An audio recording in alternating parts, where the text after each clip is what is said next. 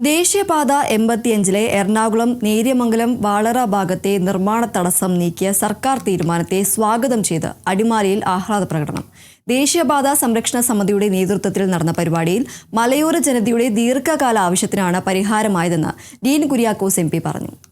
ദേശീയപാത 85-ലെ നേര്യമംഗലം മുതൽ വാളറ വരെയുള്ള 14.5 കിലോമീറ്റർ ഭാഗത്തെ നിർമ്മാണ തടസ്സം നീക്കിയ സർക്കാർ തീരുമാനത്തെ സ്വാഗതം ചെയ്താണ് അടിമാലിയിൽ ദേശീയപാത സംരക്ഷണ സമിതിയുടെ നേതൃത്വത്തിൽ ആഹ്ലാദ പ്രകടനം സംഘടിപ്പിച്ചത്.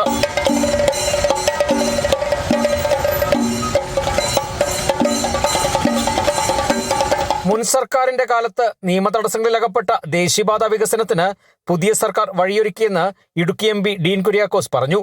ദേശീയപാത വിഷയത്തിൽ വിവിധ രാഷ്ട്രീയ കാഴ്ചപ്പാടുള്ള സംഘടനകൾ ഒരുമിച്ച് നടത്തിയ സമരങ്ങളുടെ വിജയമാണ് ഈ തീരുമാനമെന്നും അദ്ദേഹം വ്യക്തമാക്കി. ജില്ലയിലെ ഭൂപ്രശ്നങ്ങൾ, പട്ടയ പ്രശ്നം, നിർമ്മാണ നിയന്ത്രണങ്ങൾ തുടങ്ങിയ വിഷയങ്ങൾക്കും ഘട്ടം ഘട്ടമായി പരിഹാരമുണ്ടാകുമെന്നും MP പറഞ്ഞു.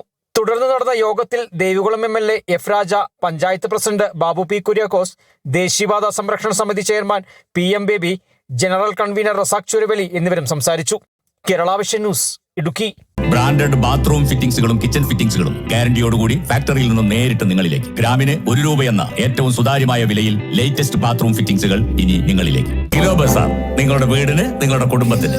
For your home, for your family.